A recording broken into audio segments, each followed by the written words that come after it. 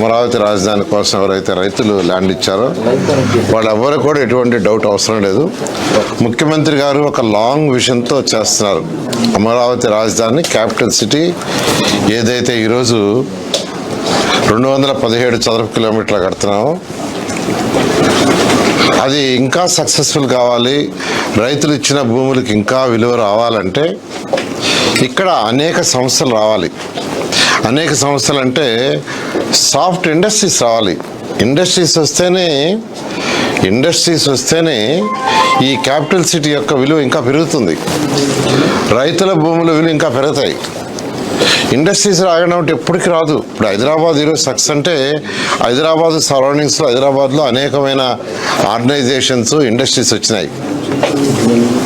Industries వచ్చినప్పుడే యువతకి ఉద్యోగాలు వస్తాయి, ఎకనామిక్ గ్రోత్ వస్తుంది. అందుకనే ముఖ్యమంత్రి గారు లాంగ్ విజన్తో ఆలోచించి ఈ క్యాపిటల్ సిటీ ప్రపంచంలో టాప్ 10 సిటీలో ఒకటి కావాలి. ఇక్కడ ఏ రైతులైతే ఈ భూములు ఇచ్చారో వాళ్ళు ఇంకా విలువ పెరగాలంటే ఇక్కడ అనేక ఆర్గనైజేషన్స్ రావాలంటే సాఫ్ట్ ఇండస్ట్రీస్ రావాలి. సాఫ్ట్ ఇండస్ట్రీస్ రావాలంటే దానికి కొంత ల్యాండ్ కావాలి. అదేవిధంగా ఇంటర్నేషనల్ లెవెల్లో ఒక స్పోర్ట్స్ సిటీ కట్టాలి. ఒలింపిక్ గేమ్స్ చేసే విధంగా మనం ఒక స్పోర్ట్స్ సిటీ కట్టాలి, దానికి కొంత ల్యాండ్ కావాలి. అదేవిధంగా ఎయిర్పోర్ట్, ఇంటర్నేషనల్ ఎయిర్పోర్ట్ ఉండాలి. విదేశాల నుంచి ఫ్లైట్స్ వచ్చే విధంగా ఫ్లైట్స్ దిగేటట్టుగా ఉండాలి. అందుకనే విశాఖపట్నంలో ఎయిర్పోర్ట్ ఉన్న భోగాపురం ఎయిర్పోర్ట్ తీసుకొచ్చింది. ఈరోజు హైదరాబాద్ తీసుకోండి, ఆ రోజు ఎయిర్పోర్ట్ కడుతుంటే అందరూ అబ్జెక్షన్ పెట్టారు. కానీ ఈరోజు అది one of the best airport. దానివల్ల వేల మందికి ఉద్యోగాలు వస్తున్నాయి, విదేశాల నుంచి ఎంతోమంది వస్తున్నారు. హైదరాబాద్ ఈరోజు ఇండస్ట్రీస్ పెడుతున్నారు.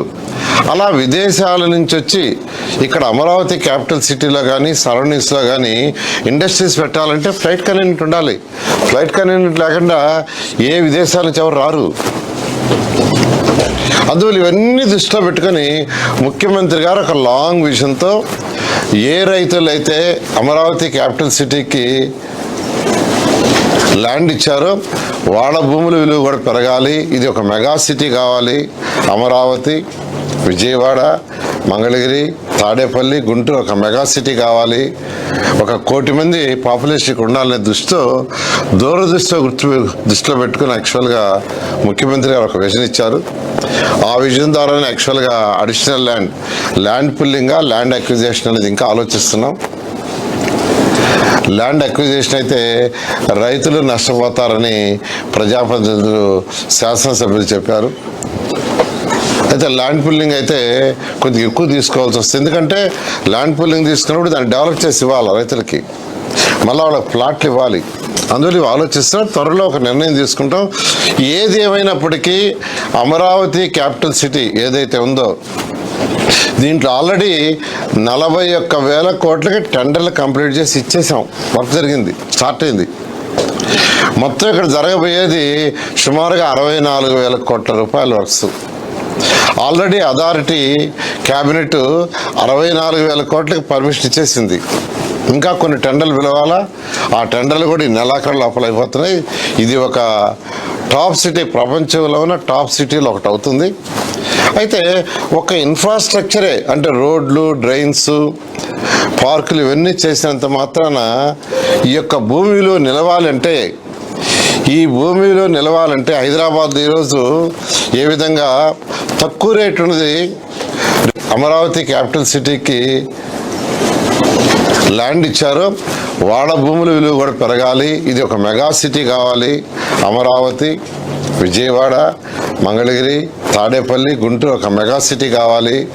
1 కోటి మంది పాపులేషన్కి ఉండాలనే దృష్టిలో పెట్టుకుని యాక్చువల్గా ముఖ్యమంత్రి గారు ఒక విజన్ ఇచ్చారు. ఆ విజన్ ద్వారానే యాక్చువల్గా అడిషనల్ ల్యాండ్ పుల్లింగ్గా ల్యాండ్ అక్విజిషన్ అనేది ఇంకా ఆలోచిస్తున్నాం. ల్యాండ్ అక్విజిషన్ అయితే రైతులు నష్టపోతారని ప్రజాప్రతినిధులు, శాసనసభ్యులు చెప్పారు. అయితే ల్యాండ్ పుల్లింగ్ అయితే కొద్దిగా ఎక్కువ తీసుకోవాల్సి వస్తుంది. ఎందుకంటే ల్యాండ్ పుల్లింగ్ తీసుకున్నప్పుడు దాన్ని డెవలప్ చేసి ఇవ్వాలి రైతులకి, మళ్ళీ వాళ్ళకి ప్లాట్లు ఇవ్వాలి. అందులో ఇవి ఆలోచిస్తున్నాం. త్వరలో ఒక నిర్ణయం తీసుకుంటాం. ఏది ఏమైనప్పటికీ అమరావతి క్యాపిటల్ సిటీ ఏదైతే ఉందో దీంట్లో ఆల్రెడీ 41,000 కోట్లకి టెండర్లు కంప్లీట్ చేసి ఇచ్చేసాం. వర్క్ జరిగింది, స్టార్ట్ అయింది. మొత్తం ఇక్కడ జరగబోయేది సుమారుగా 64,000 కోట్ల రూపాయల వర్క్స్. ఆల్రెడీ అథారిటీ క్యాబినెట్ 64,000 కోట్లకి పర్మిషన్ ఇచ్చేసింది. ఇంకా కొన్ని టెండర్లు పిలవాలా. ఆ టెండర్లు కూడా ఈ నెలాఖరు లోపల అయిపోతున్నాయి. ఇది ఒక టాప్ సిటీ, ప్రపంచంలో ఉన్న టాప్ సిటీలో ఒకటి అవుతుంది. అయితే ఒక ఇన్ఫ్రాస్ట్రక్చరే అంటే రోడ్లు, డ్రైన్స్, పార్కులు ఇవన్నీ చేసినంత మాత్రాన ఈ యొక్క భూమిలో నిలవాలంటే, ఈ భూమిలో నిలవాలంటే హైదరాబాద్ ఈరోజు ఏ విధంగా తక్కువ రేటు ఉన్నది, రేటు ఎక్కువ వచ్చి నిలిచింది, ఆ విధంగా నిలవాలంటే ఇక్కడికి జనాభా రావాలి. జనాభా రావాలంటే అనేక స్మార్ట్ ఇండస్ట్రీస్ రావాలి. స్మార్ట్ ఇండస్ట్రీస్ రాకుండా రాదు.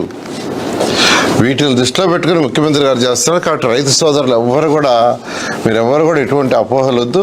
మీకు ఏదైతే మాట ఇచ్చామో ఆ మాట ప్రకారం ఈ ప్రభుత్వం నిలబడుతుందని, ముఖ్యమంత్రి గారి ఆదేశాల ప్రకారం చేస్తామని మరొకసారి సవినయంగా తెలియజేస్తున్నాం. అసంతృప్తి కారణమా లేకపోతే ప్రభుత్వం ఏం చెప్తే జనరల్గా ఏంటంటే అంటే రైతులకి నిజం చెప్పాలంటే ఇప్పుడు ఎవరైతే ల్యాండ్ ఇచ్చారో మా రేటు పడిపోద్దామని వాళ్ళకి డౌట్ ఉండొచ్చు. యాక్చువల్గా రేటు పడిపోదు. రేటు నిలవాలి, రేటు పెరగాలి అంటే స్మార్ట్ ఇండస్ట్రీస్ రావాలి. స్మార్ట్ ఇండస్ట్రీస్, నాన్ స్మార్ట్ రెండు రావాలా. అంటే అయితే మనం ఇక్కడ పెట్టే స్మార్ట్ ఇండస్ట్రీసే, పొల్యూటెడ్ ఇండస్ట్రీస్ కాదు. పొల్యూషన్ లేని ఇండస్ట్రీస్ పెడుతున్నాం. స్మార్ట్ ఇండస్ట్రీస్ పెడితేనే ఆ ఇండస్ట్రీస్ వల్ల ఉద్యోగాలు వస్తాయి. ఉద్యోగాలు వస్తే జనాభా వస్తారు. జనాభా వస్తే ఇంకా వాళ్ళ రేట్లు పెడతాయి. దాన్ని దృష్టిలో పెట్టుకునే ముఖ్యమంత్రి గారు మాకు ఒక దిశానిర్దేశం ఇచ్చారు. దాని మీద ముందు పోతాం. అంటే అక్కడ రైతులు చెప్పేది అదనపు భూమి వల్ల మా రేట్లు పెరగవు, మాకు డెవలప్ చేయకుండా మా రేట్లు ఎలా పెరుగుతాయని నిన్న మీ విజిట్ లో కూడా కొంతమంది రైతులు మాట్లాడారు. ఈ యొక్క అమరావతి క్యాపిటల్ సిటీలు ఏదైతే ఇప్పుడు టెండర్లు పిలిచేసామో అవన్నీ జరుగుతున్నాయండి. ఇక్కడ ఒక సంవత్సరం లోపల అధికారులకు ఏదైతే బిల్డింగ్ రేట్ ఇన్కంప్లీట్గా ఉన్నాయో 4,000 మంది ఎంప్లాయీస్కి ఇచ్చేస్తున్నాం. 1 year, ఓన్లీ 1 year. 1.5 yearలో ట్రంక్ రోడ్స్ ఏదైతే 360 కిలోమీటర్లు ఉన్నాయో అవి కంప్లీట్ చేస్తున్నాం 1.5 year. లేఅవుట్ రోడ్స్ ఉన్నాయో అవి 2.5 yearsలో కంప్లీట్ చేస్తాం. ఐకానిక్ టవర్స్ ఏదైతే 5 అసెంబ్లీ, హైకోర్టు ఉన్నాయో 3 సంవత్సరాల్లో. ఆ విధంగా ఒక పక్కా ప్రణాళికలో పోతున్నాం. ఇవన్నీ రెడీ అయ్యే లోపల ప్యారలల్గా స్మార్ట్ ఇండస్ట్రీస్ రావాలి. ఒక మంచి ఎయిర్పోర్ట్ రావాలి. నీకు ఇండస్ట్రీస్ రావాలంటే ఖచ్చితంగా ఎయిర్పోర్ట్ ఉండాలి, ఇంటర్నేషనల్ ఎయిర్పోర్ట్ లేకుంటే పెట్టుబడి పెట్టేవాళ్ళు ఎవరు రాకుంటే మళ్ళీ ఈ భూముల విలువ తగ్గిపోతుంది. సో వీటన్నిటిని దృష్టి పెట్టుకొని అపార అనుభవం ఉన్న ముఖ్యమంత్రి గారు ఇచ్చిన డైరెక్షన్ ప్రకారం ముందుకు పోతాం. చాలా యాక్చువల్గా 2000 ఎన్టీఆర్ స్టాచ్యూ పెట్టాలనుకున్నాం. దాని మీద అప్పుడు యాక్చువల్గా ప్రభుత్వం పోయిన తర్వాత అది వాళ్ళు ఆపేశారు. దాని మీద యాక్చువల్గా ఇతర దేశాలు, ఇతర రాష్ట్రాల్లో ఉన్నాయని కూడా స్టడీ చేస్తున్నాం. త్వరలో దాని మీద డెసిషన్ తీసుకొని ముందుకు పోవటం జరుగుతుంది.